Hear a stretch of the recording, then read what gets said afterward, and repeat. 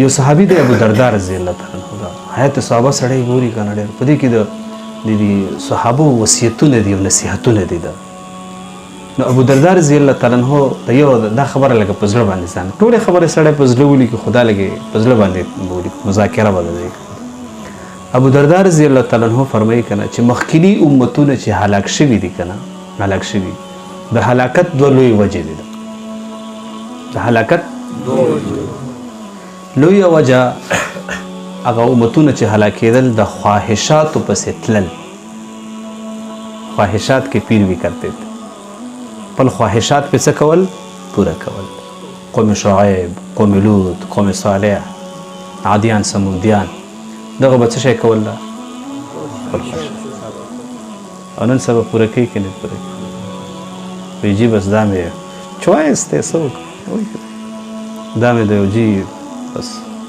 ما جی یونیک چوایس دی که نه وایي که نه وایي خواهشات پوره کول او دویم هغه د امتونو د هلاکت وجه خپل تعریفونه د خلکو نه اورېدل دا په ما کې ګیر یو پکې که نه زه خو ځان پکې ګیرم الله دې موږ تاسو حفاظت څه خصلتونه پکې دوه ووایه لکه خواهشاتو پسې تله خواهشات پوره کول او دا نن سبا چې وګوري که نه خپل خواهش پوره کولو پر سر دړبازي لګوي او خپل تعریفونه اورېدل ده موږ د سړي هم د ښځې نه دي هغو ته د دروغو صفت کوم خوشحالي دروغو صفت کوم څه شی کېږي خوشحالي دا د هغو لویه کمزوري خو سړي موږ نه داسې جوړ شوي دي چې څوک راته وایي که نه خبرې درته ډېرې په زړه خوشحاله شوه رنګ د ډېر خلک ماشاءالله لږه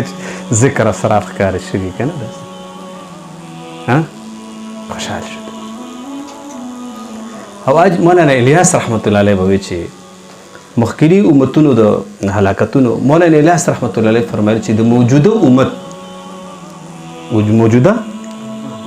د ګمراهۍ د هلاکت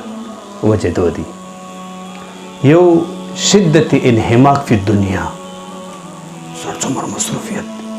هر سړی وایي په دنیا کې داسې ننوتلی داسې ننوتلی چې بچو له وخت نشي ورکولی ښځې له وخت نشي ورکولی هر شی کولی شي خو وخت لار کولی تاسو په څومره مجاهده کوئ څومره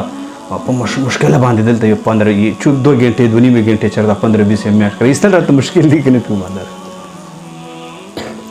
لومبۍ سبب به څه جوړېږي شدت انحماق په دنیا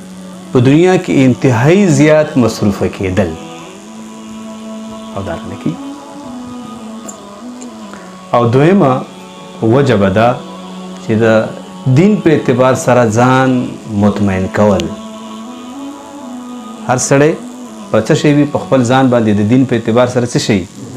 چې مولانا صاحب مونږ خو سره زر یو مونږ خو څه شی یو 5 وخته مونځ خو کوم خلک د اختر مونځ هم نه کوي داسې مونږ خو شکر دی بیا هم داسې یو ډېر جي بد حالات دي دا نو هغه وایي چې دا به د دوه د زوال سببونه ګرځي شدت انحماق دنیا او دویم دنیا د دین په اعتبار سره په خپل باندې ځان باندې څه شي دا مطمئن چې موږ ډېر ښه یو جي موږ ډېر څه شي دا د بار حالاتو نه تاسو جي تاسو خو پاک خلک یې مسجدونو مدرسو کې ناست دی کنه جي تاسو بهر راشئ تاسو توجه په ټولې موږ ډېر سره ضروري نو هر سړی په خپل دین په اعتبار سره په ځان باندې څه دی مطمئن نو د دین په اعتبار سره ځان باندې مطمئن نشو چې خدای نه ډېر څه کول دي خلکو ډېر محنتونه خوارۍ کړي کوشش به کوو د دې خبرو